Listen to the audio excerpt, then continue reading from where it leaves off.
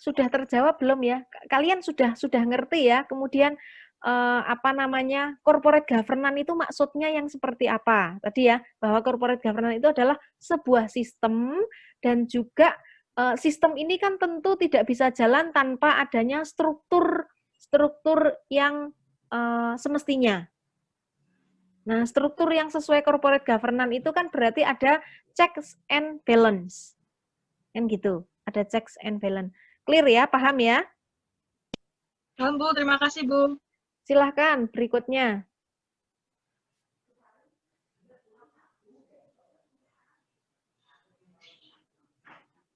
Ya, Bu. Ya. A. Konfabilitas 216. Saya ingin tanya, Bu. Akuntansi A. Akuntansi A. Oke. Nah, tadi kan di awal Bu Betty sempat menyinggung two-tier system. Nah, dalam catatan saya itu ada juga teori kehakiman. Apakah two-tier system ini disebut teori kehakiman atau bagaimana, Bu? Beda. Jadi apa namanya, kalau di dalam misalnya negara-negara di Amerika itu dia nganutnya one tier system, ya. One tier system itu maksudnya dewan itu hanya satu. Kalau di tempat kita kan ada dewan komisaris, ada dewan direksi, kan two tier system, ya. Jadi apa namanya, direksi itu yang menjalankan, komisaris itu yang cek, ya.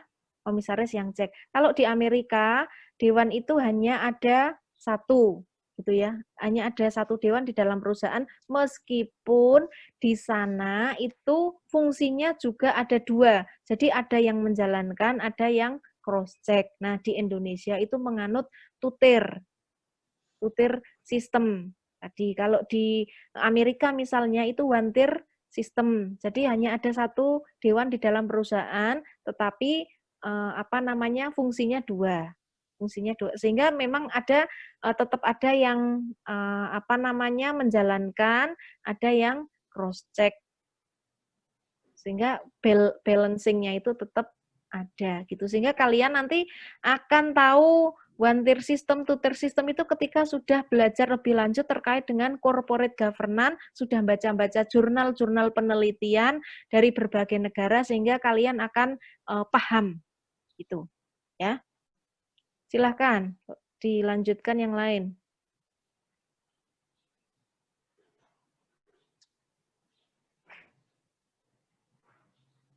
Ayo, Bu Betty sudah nyatet di sini.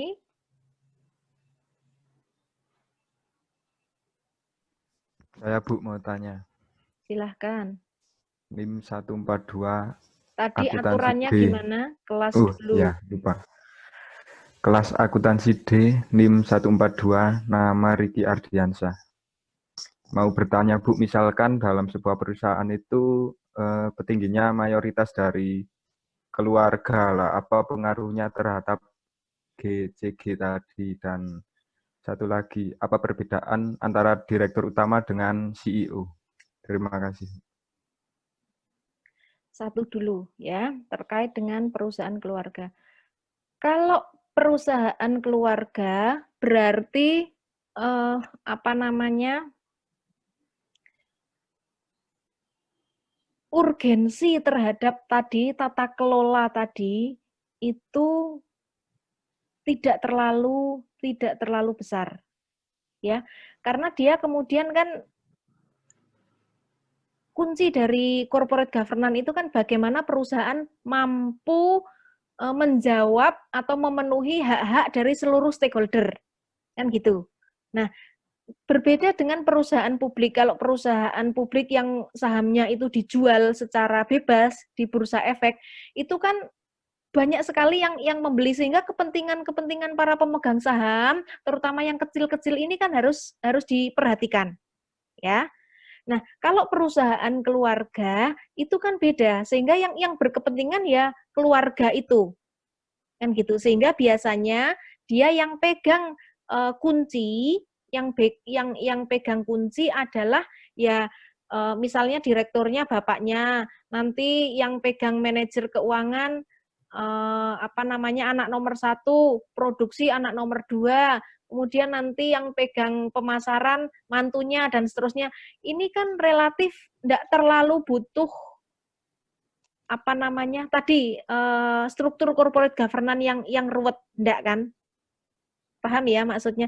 Jadi kalian harus mampu membedakan mana perusahaan-perusahaan yang stakeholder-nya itu luas dengan perusahaan-perusahaan keluarga. Jadi kalau bahkan untuk perusahaan-perusahaan keluarga seperti itu, ada beberapa yang tidak butuh diaudit karena misalnya semua yang pegang kunci itu adalah keluarga gitu. Nah, sehingga pertanggungjawabannya itu kan lebih kepada apa namanya pelanggannya, karyawannya dan seterusnya yang harus dipenuhi. Tentu yang seperti ini pemerintah sudah membuat aturan. Kan gitu yang dari faktor eksternal tadi.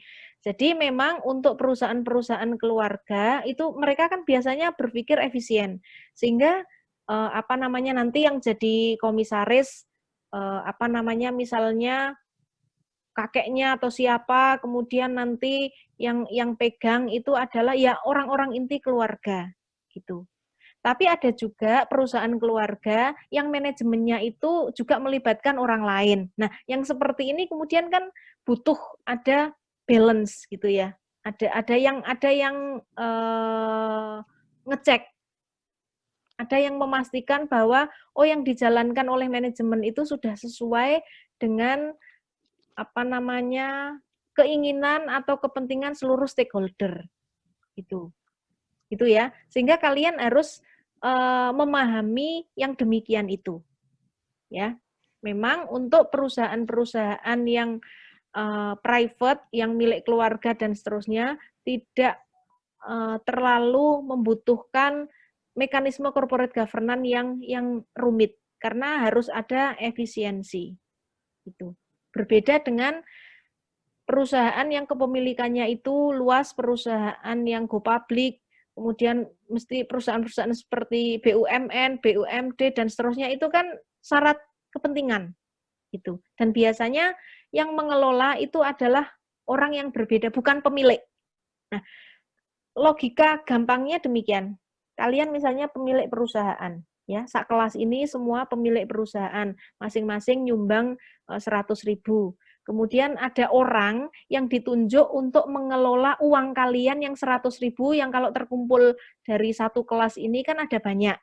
Nah, kalian kan harus bisa memastikan bahwa yang mengelola uang kalian ini sudah melaksanakan pengelolaan dengan baik. Nah, dengan baik itu yang seperti apa ya kalau di perusahaan namanya corporate governance tadi, good corporate governance, tata kelola yang baik.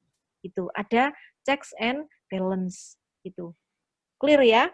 Saya Bu Betty itu pengen kalian itu memahami konten atau konsep corporate governance ini dengan baik, gitu ya. Silahkan dilanjutkan ke pertanyaan berikutnya. Bu, izin bertanya, Bu. Silahkan. Jadi yang tadi Bu Betty masalah perusahaan, masuk nggak sih? Iya, silahkan. Ya, saya dari akuntansi B, NIM 168 Analogiana. Tadi Bu Betty udah menjelaskan kalau misal perusahaan keluarga itu kurang perlu menerapkan GCG karena mereka udah efektif. Nah, bukan kan perusahaan walaupun mereka perusahaan keluarga bukan tapi kurang masih perlu, tapi ini ya maksudnya itu berbeda urgensinya dengan perusahaan publik. Nah, iya tadi Betty juga menjelaskan kalau misal agak nggak perlu juga kalau misal ada auditor. Nah, bukannya perusahaan keluarga itu juga ada kaitannya dengan pihak eksternal yaitu pemerintah, Bu. Karena mereka juga harus bayar pajak, gitu sih. Jadi bagaimana, Bu? Ya, jadi ada aturan yang apa namanya, terkait dengan perpajakan. Kalau saat ini itu apa namanya, untuk perusahaan-perusahaan yang kecil itu otoritas perpajakan tidak mengharuskan laporan keuangannya diaudit. Karena kan kita tahu bahwa laporan keuangan versi akuntansi dengan versi perpajakan itu berbeda. Nah, tetapi untuk perusahaan-perusahaan tertentu itu ada undang-undangnya, ada aturannya. Contoh, perusahaan penanaman modal asing. Nah, itu harus diaudit. Kemudian koperasi yang modalnya sudah lebih dari 1M itu juga harus diaudit. Kemudian kalau BUMD, BUMN itu kan otomatis ya. Tapi untuk perusahaan keluarga yang kecil, yang dia memang apa namanya lingkupnya itu belum masuk ke aturan undang-undang tadi, ya itu audit sesuai dengan kebutuhan mereka, gitu ya. Untuk PMA itu penanaman modal asing, kalau itu kan otomatis dia kena undang-undang harus diaudit. Kemudian tadi koperasi dan seterusnya itu juga demikian dengan modal tertentu, tapi yang di bawahnya itu sekali lagi tergantung dari kebutuhan masing-masing organisasi. Itu ya. Jadi kalian nanti di dalam perusahaan itu harus tahu yang namanya aturan. Ya, yang namanya aturan. Kalau perusahaan go public sudah itu hukumnya wajib, ya. Banyak sekali bahkan tidak hanya audit saja yang harus dipenuhi, tetapi aturan-aturan lain harus dipenuhi. Termasuk laporan yang disajikan juga bukan hanya laporan keuangan saja, tapi banyak sekali. Itu. Clear ya? Jadi kalian harus bisa membedakan. Jadi bukan terus semua perusahaan perorangan, semua perusahaan keluarga itu tidak harus diaudit, enggak, tetapi harus melihat skupnya. Ya, harus melihat besarannya gitu. Silahkan yang lain. Bu, saya mau nanya, Bu. Mau nanya, Bu. Ya, Rivaldo dulu. Dari akuntansi D, NIM 070, Valdo Kurniawan. Ini Bu mau tanya yang tadi yang tentang prasyarat, ada 2 pertanyaan. Dari faktor eksternal itu kan adanya dukungan dari sektor publik untuk penerapan GCG. Yang saya tanyakan itu memang adakah sektor publik yang tidak mendukung penerapan GCG. Kemudian yang kedua itu yang terdapat contoh CGC yang tepat itu yang tepat di ya itu yang tepat di sini itu dalam artian perusahaannya sama atau dalam satu lingkup wilayah yang sama atau bagaimana, Bu? Satu-satu dulu ya. Tadi oh, iya, Bu. Ya maksudnya itu dukungan publik itu apa namanya? Artinya juga ada aturan-aturan pemerintah, ada dukungan dari masyarakat dan sekitarnya. Maksudnya untuk membudayakan corporate governance di Indonesia itu tentunya seluruh lapisan termasuk kita itu juga harus konsen ke sana. Nah, misalnya ya kayak BPKP itu juga dia mengeluarkan apa namanya? Orang kan kalau bicara GCG itu kan sesuatu yang abstrak, ya, abstrak. Nggak mudeng ini maksudnya corporate governance, oh harus transparan, harus akuntabel, dan seterusnya. Itu maksudnya teknisnya harus seperti apa kan masih abstrak. Sehingga misalnya ya dukungan tadi yang ditanyakan, oh dari BPKP itu juga dia mengeluarkan apa namanya teknis pelaksanaan GCG itu yang seperti apa. Itu. Oh, struktur organisasinya harus apa, kemudian komponen-komponen yang harus ada itu harus ada apa saja, dan seterusnya. Termasuk dari publik, dari masyarakat umum, itu ada yang namanya Forum Corporate Governance Indonesia, FCGI. Nah, itu kan juga apa namanya dalam rangka mendukung supaya tata kelola perusahaan di Indonesia itu betul-betul menerapkan prinsip corporate governance. Karena kalau kita hanya berbicara corporate governance, itu adalah sesuatu yang masih abstrak, ya. Itu pertanyaan yang bagus supaya kalian itu terus mulai paham terkait dengan corporate governance. Clear, Mas Rivaldo? Iya, Bu. Ya, Terus Bu. tadi berikutnya? Yang itu, Bu, terdapat contoh GCG yang tepat itu dalam artian perusahaannya sama atau dalam wilayah lingkup yang sama atau bagaimana? Kalau benchmark itu yang lebih bagus tentunya yang senada gitu ya, perusahaan yang senada. Tapi tidak pun karena corporate governance adalah prinsip umum sehingga sebenarnya bisa di benchmark dari mana saja. Itu. Silahkan. Lainnya. Saya dari akuntansi Bu, NIM 195, nama Ismandaru Bayu Haji. Mau nanya, kan dari tadi Ibu menjelaskan GCG itu tentang baik-baiknya saja. Nah, saya ingin bertanya, apa saja permasalahan yang sering timbul dari penerapan GCG? Nah, dari permasalahan itu tuh penyelesaiannya gimana, Bu? Yang paling sering adalah satu, hanya untuk memenuhi kepentingan perundangan. Jadi kan tadi misalnya kalau perusahaan yang PT sesuai dengan undang-undang PT perseroan terbatas, perusahaan yang publik gitu, yang kepemilikannya umum itu kan dia mau nggak mau harus memenuhi peraturan itu. Gitu. Nah, kadang-kadang karena kesadaran setiap manajemen itu kemudian berbeda-beda, kadang-kadang GCG tadi hanya untuk memenuhi aturan perundangan tadi. Itu, ya. Jadi, oh ya sudah memenuhi ada komite audit. Tetapi sekali lagi harus dilihat kualitas dan peran dari komite audit di sini apakah sudah berjalan dengan baik atau belum. Itu. Kemudian apakah hak-hak pemegang minoritas ini sudah terpenuhi atau diperhatikan atau belum dan seterusnya. Jadi kita kan masih banyak yang seperti itu, masih banyak yang menerapkan corporate governance tetapi dalam rangka mematuhi peraturan semata. Jadi konten atau kualitasnya itu masih belum optimal. Gitu.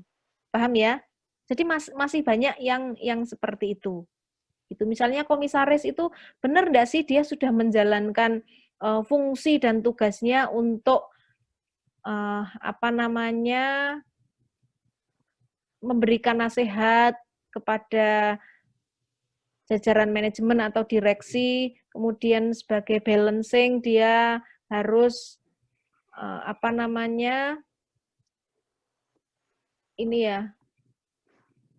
yang ngecek apakah yang dilaksanakan oleh direksi jajaran manajemen itu tidak melenceng, tidak menyalahi hak-hak dari para pemegang saham dan juga stakeholder yang lain dan seterusnya. Nah, kembali lagi itu adalah ke kualitas itu.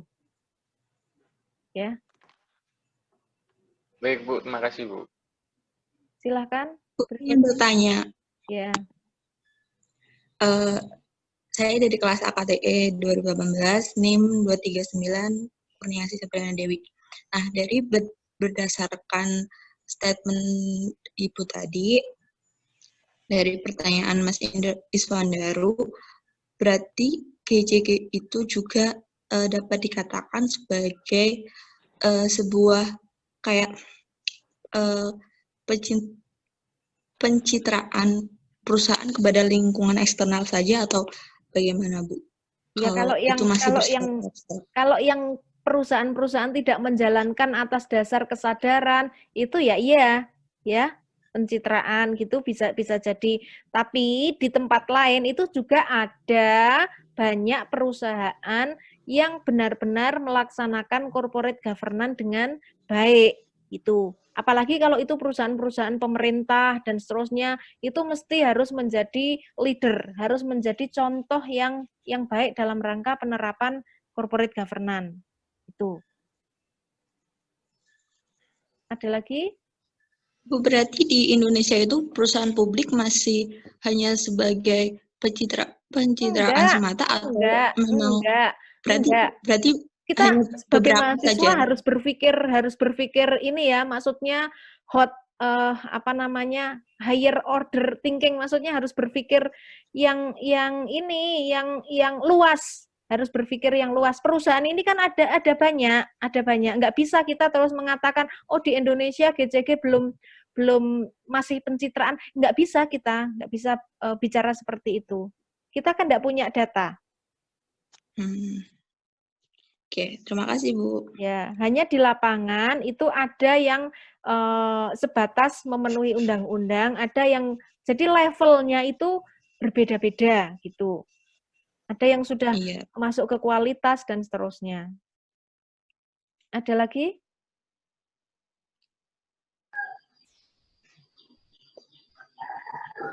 Silahkan. Ibu, izin bertanya, dari kelas NIM 028, Andini Troktaviani. Nah, buat yang penerapan GCG hanya sekedar untuk memenuhi peraturan. Kita jangan fokus ke sana dulu karena masih banyak sekali hal-hal lain yang harus kita bahas. Jadi kita nggak akan ada habisnya kalau misalnya hanya membahas terkait dengan satu topik yang sebenarnya itu sudah clear gitu ya. Setuju ya? Supaya kalian itu dapat materi yang banyak, supaya kalian itu sebanding dengan mahasiswa-mahasiswa lain di kampus-kampus besar sana gitu loh. Paham ya maksudnya Bu Betty ya? Paham Bu. Maksudnya biar kalian itu kemudian berkembang pemikirannya gitu. Jadi kita jangan hanya fokus bolak-balik ke satu pertanyaan yang sama. Silahkan.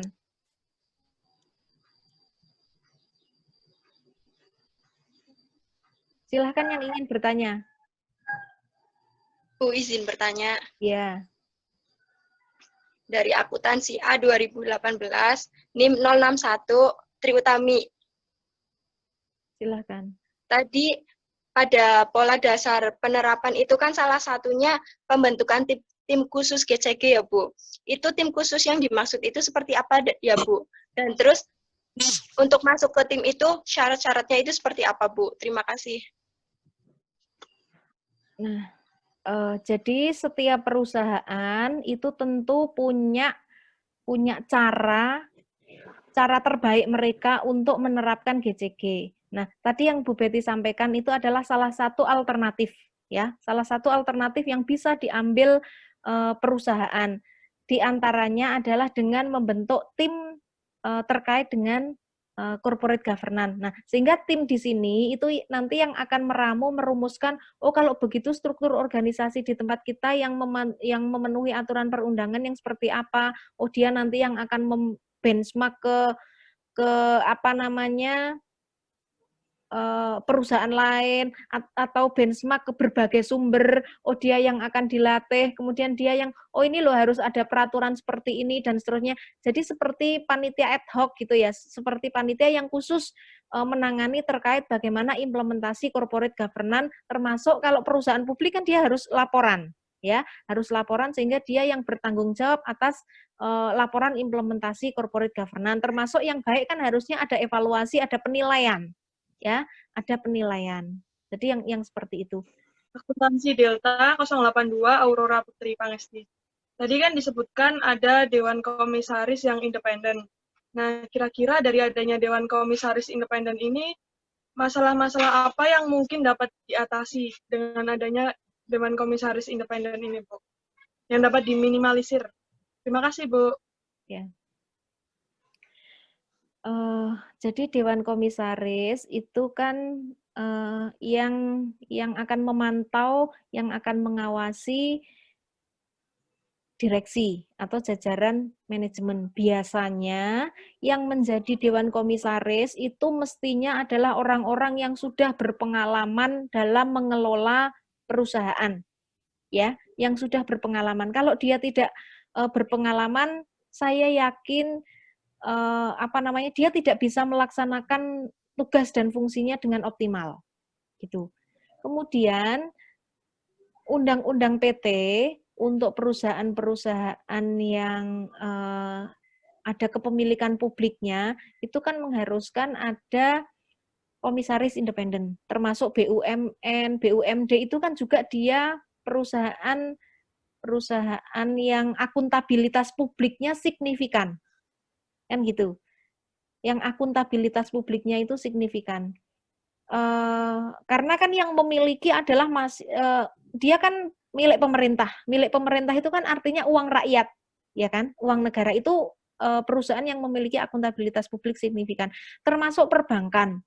Bank-bank itu kan juga adalah perusahaan-perusahaan yang memiliki akuntabilitas publik signifikan karena kan nasabahnya ada berbagai dari mana-mana gitu. Nah, kemudian komisaris tadi ya, kita berbicara komisaris. Komisaris itu tadi yang mengawasi manajemen, diantaranya harus ada komisaris independen, artinya yang bukan pemilik perusahaan, bukan pemegang perusahaan. Kemudian di teknisnya harus di sana ada aturan yang jelas. Misalnya bukan keluarga inti dari manajemen gitu ya, dan tidak ada kaitannya pokoknya dengan tidak ada kaitan langsung dengan perusahaan gitu. Harapannya dengan adanya aturan seperti itu, dia bisa menjalankan fungsi secara independen dan objektif. Artinya tidak ada kepentingan. Ya, beda dengan ketika dia itu misalnya yang menjadi direksinya adalah saudaranya atau kerabat dekatnya. Artinya kan dia ada kepentingan. Ya kan? Sehingga apa yang diambil, apa yang dijalankan, orang yang ada kepentingan dengan yang tidak ada kepentingan itu akan jauh berbeda. Nah, untuk menghindari seperti itu, maka Undang-Undang PT itu mensyaratkan harus ada komisaris independen. Gitu. Ya. Supaya dia bisa melaksanakan fungsinya secara benar-benar objektif dan menjamin bahwa pengawasan yang dilakukan Dewan Komisaris itu ya sudah sesuai dengan aturan yang semestinya prinsip-prinsip corporate governance. Gitu ya.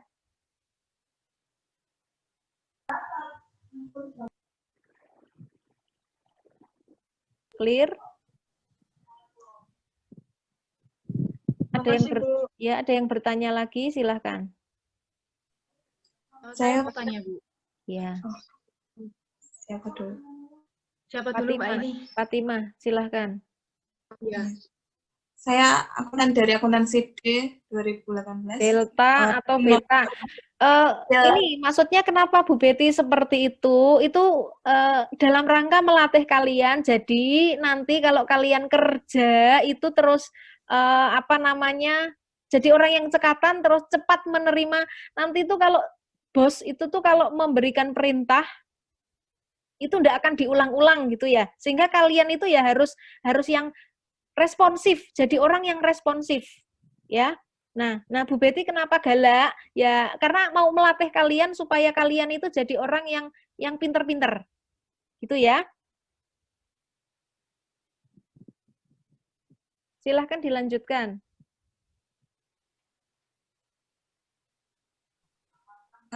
Akuntansi Delta, Bu, 086 Fatimah Nur Aini.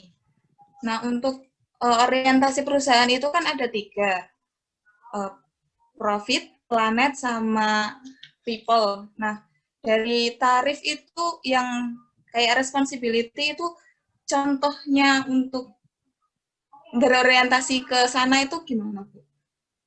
Dari tarif orientasi ke planet terutama, Bu. Terima kasih. Ya. Nah, kalau planet itu kan bagaimana perusahaan itu bisa menjaga bumi ini.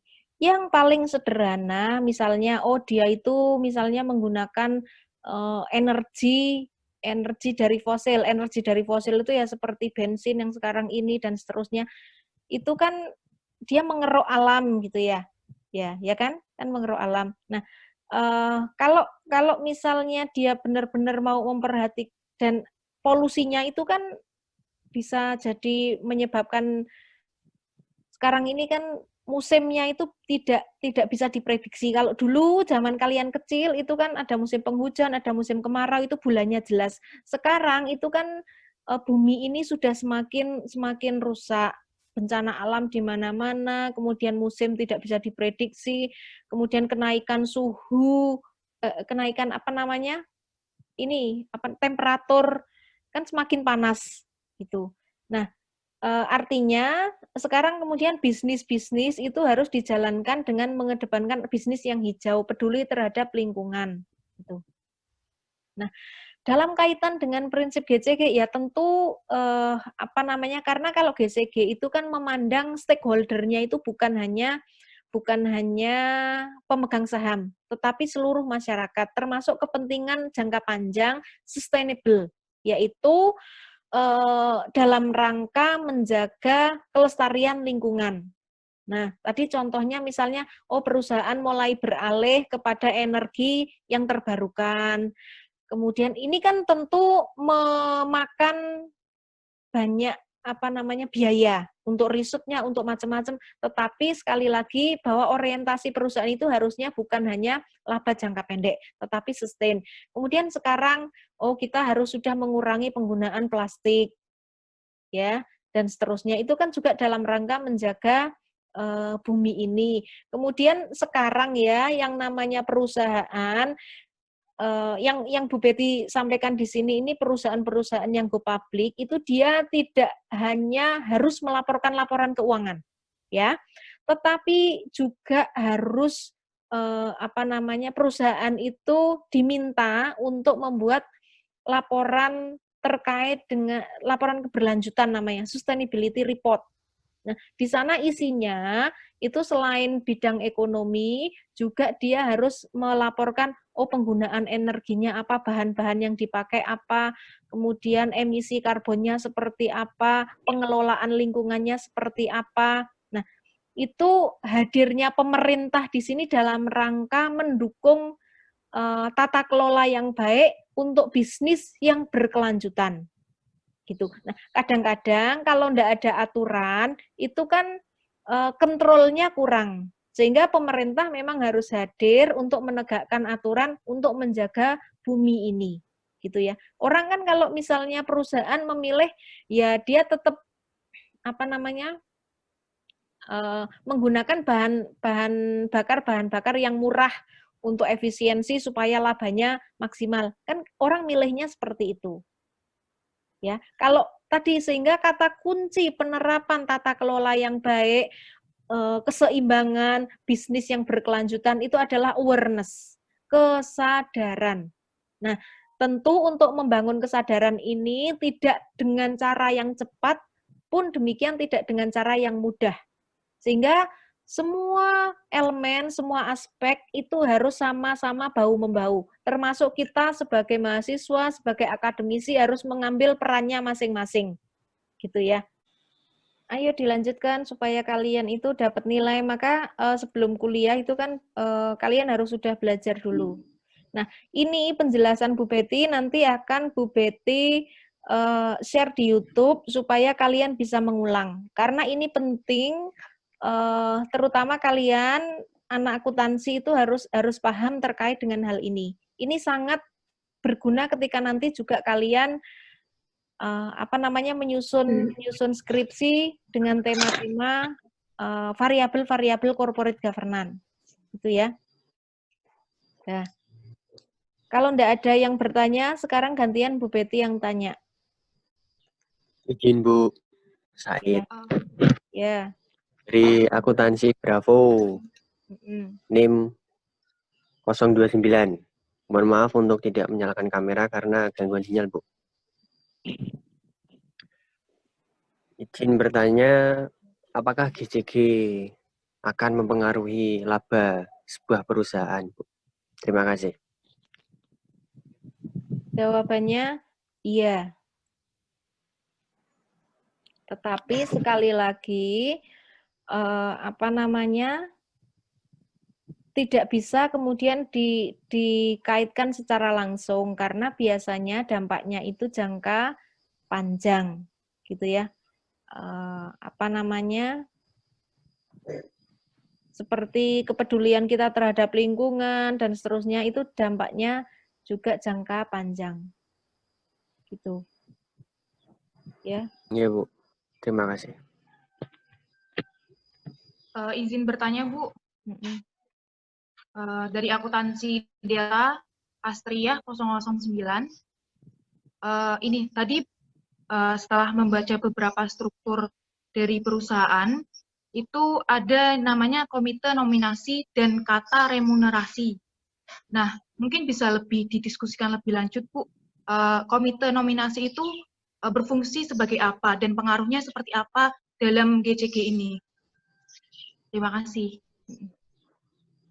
Jadi komite-komite yang dibentuk dalam rangka membantu tugasnya Dewan Komisaris itu ada banyak. Dan sekali lagi tergantung dari jenis perusahaan, jenis bisnis, serta kebijakan masing-masing perusahaan. Di antaranya, kalau yang komite audit itu hampir dipastikan semua perusahaan kan punya, gitu ya. Tapi untuk komite kepatuhan, komite manajemen resiko, dan seterusnya itu belum tentu. Kadang-kadang fungsi tersebut ada, tetapi menggabung ke komite yang lain juga ada. Nah, sekarang Bu Betty akan menyampaikan terkait komite nominasi dan remunerasi. Ini adalah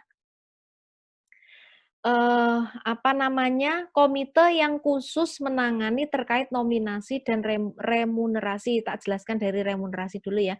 Jadi remunerasi itu semacam sistem penggajian gitu ya. Maksudnya sistem penggajian yang baik itu kan yang memacu kinerja. Ya, saya ulangi. Sistem penggajian yang baik itu adalah yang memacu kinerja. Maksudnya seperti apa? Contoh PNS. Ya, PNS itu gaji antara orang yang pinter, berkinerja terbaik dengan yang tidak, perbedaannya tidak terlalu tinggi. Ya, paling hanya dia ke jenjang karir. Gitu ya.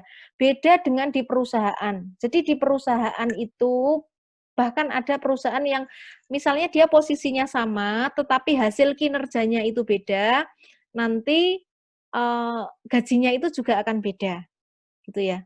Itu remunerasi, sehingga komite ini nanti yang akan menangani khusus hal demikian. Karena pada prinsipnya gaji yang diberikan itu harus membawa dampak terhadap kinerja, sehingga kalau gajinya beda-beda, orang kan kemudian akan berkinerja yang terbaik.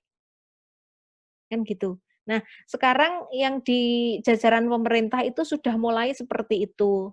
Meskipun sistemnya tentu berbeda-beda gitu ya, remunerasi. Supaya untuk memacu karyawan agar berkinerja yang lebih baik. Kemudian untuk nominasi itu ya pemberian penghargaan untuk yang kinerja terbaik dan seterusnya. Biasanya di komite ini juga dia menangani yang ini nanti akan dipromosikan untuk menjadi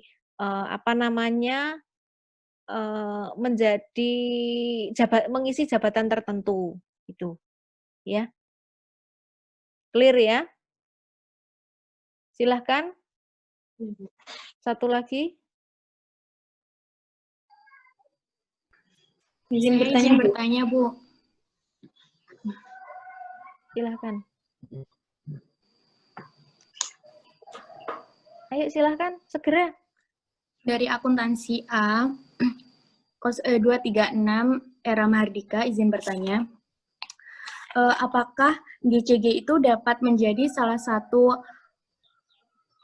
salah satu faktor bagi perusahaan untuk meningkatkan kepercayaan investor Iya, apabila jawabannya iya. suatu perusahaan itu pernah jatuh, Bu. Iya. Apabila suatu perusahaan Iya, pernah jawabannya bisa. iya. Oh iya. Ada lagi? Izin bertanya, Bu.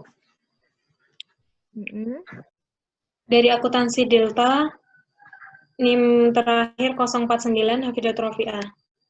Terkait dengan perusahaan keluarga tadi, Bu. Dalam mengambil keputusan untuk strategi perusahaan keluarga tadi, apakah bisa direktur profesional itu memberikan masukan secara bebas atau ada batasan-batasan tersendiri dalam keadaan perusahaan tersebut itu dipegang kendalinya secara keseluruhan oleh perusahaan itu sendiri, perusahaan keluarga itu sendiri? Ya, bisa karena kan nggak ada, maksudnya itu kan terkait masalah manajemen ya. Jadi kalau manajemen kan nggak ada batasan, oh harus ini, harus itu, dan seterusnya gitu. Nah, apa namanya? Bentar, tak menyelesaikan ulang dulu ya. Jadi yang seperti itu tergantung masing-masing perusahaan dan masing-masing organisasi gitu. Bisa-bisa saja. Ya. Terima kasih, Bu. Ya. Ada lagi satu? Terakhir? Bertanya, Bu. Ya. Bertanya, Bu. Dari akuntansi Bravo, NIM 171, Desi Elisari izin bertanya. Saya mau tanya, Bu, jika perusahaan itu tidak menerapkan prinsip CIT, bisakah sanksi itu sampai ke pemberhentian proyek tersebut, Bu? Misalkan itu di bidang pertambangan seperti itu, Bu. Jadi sanksi yang diberikan kepada perusahaan itu bisa sampai proyek atau mungkin kinerja aktivitas operasi di perusahaan itu sampai diberhentikan atau bagaimana, Bu? Atau mungkin ada aturannya, termasuk ada pengecualian terhadap perusahaan tertentu atau sama gitu, Bu? Ya. Bu Betty, mohon maaf, motong sebentar. Ini akuntansi matkul selanjutnya, Bu. Iya, ini terakhir, ya. Jadi, apa namanya, untuk sanksinya itu tergantung dia pelanggarannya itu di mana. Kalau undang-undang sudah barang tentu di sana sanksinya jelas. Biasanya kalau yang perusahaan-perusahaan go public itu akan mendapat peringatan dari Bapepam LK, gitu ya. Karena dia kan harus membuat laporan GCG. Kalau yang perusahaan-perusahaan BUMN itu kan dia juga di bawah Kementerian BUMN. Nah, ya dia tentu akan mendapat teguran dari Pak Menteri dan seterusnya. Jadi seperti itu. Tapi kalau yang pemberhentian proyek dan seterusnya itu biasanya lebih kepada pelanggaran terhadap misalnya undang-undang lingkungan, dia mencemari lingkungan, tidak memperhatikan masyarakat sekitar dan seterusnya. Sehingga kan kalian sering melihat kasus-kasus adanya misalnya dari masyarakat sekitar di jalannya ditutup dan seterusnya kan seperti itu. Gitu ya. Oke, saya pikir sudah cukup kuliah kita pada pagi hari ini. Tentu kalian harus terus belajar supaya pemahaman kalian terkait dengan corporate governance itu tuntas, gitu ya. Minimal kalian tahu, karena corporate governance itu kan kadang-kadang sesuatu yang abstrak. Kalian kan tidak paham ini maksudnya apa, gitu ya. Masih harus belajar lagi. Sekarang Bu Betty tak absen. Agak cepat